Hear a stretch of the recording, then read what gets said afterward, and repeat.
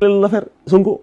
Mais ce que vous dites, c'est très intéressant et c'est très important à savoir parce qu'aujourd'hui, pour ceux qui sont du camp de l'ex-parti PASTEF, aujourd'hui, ils ont toujours foi et espoir en ce que leur candidat, Ousmane Sonko ou même Bassirou Diomaye Faye, soit vraiment participe à la prochaine élection présidentielle. Mais à vous entendre, donc ce qui veut dire qu'il y a aucune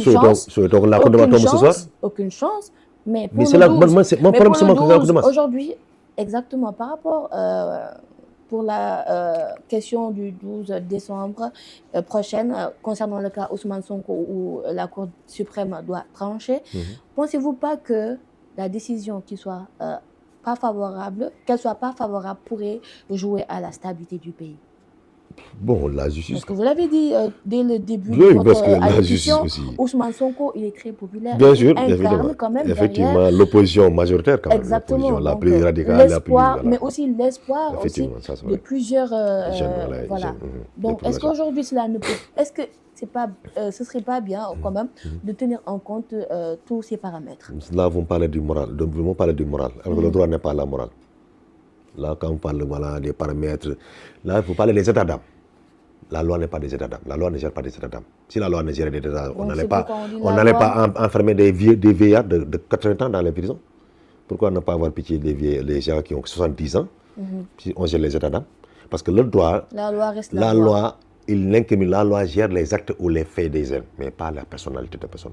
Parce que parfois, il peut tenir compte de la personne de l'individu. Mais ce n'est pas parce que tout est un espoir d'un pays porte sur toi, alors qu'il y a des... Mais si la stabilité du pays est en jeu.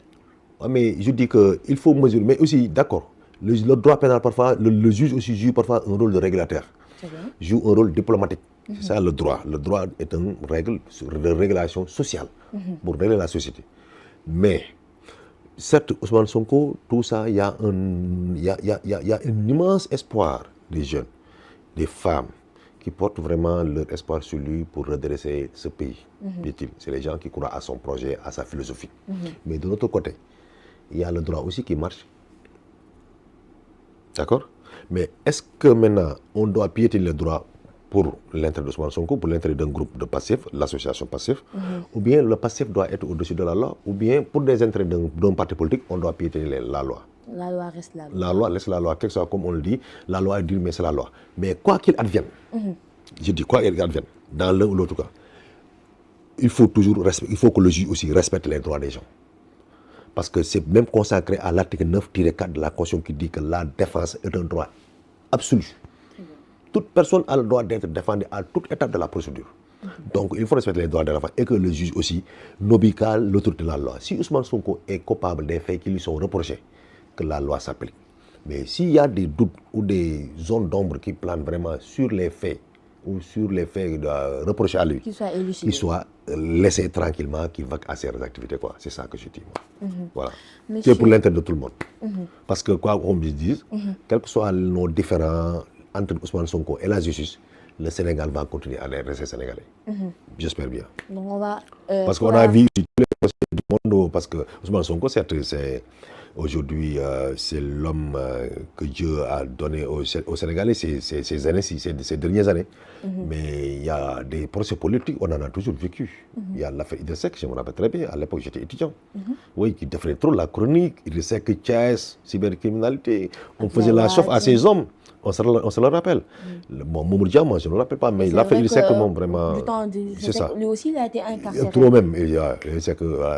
Voilà quoi. Mais en tout cas, dans l'autre cas, il faut vraiment que force reste à la loi et que aussi la paix sociale aussi soit préservée. Parce que nous avons besoin tous. Parce que sans la paix aussi, si Sonko aussi accède au pouvoir, sans la paix, il ne peut rien faire. Donc, qu'il ait le pouvoir, il faut que vraiment sauvegarder la paix sociale.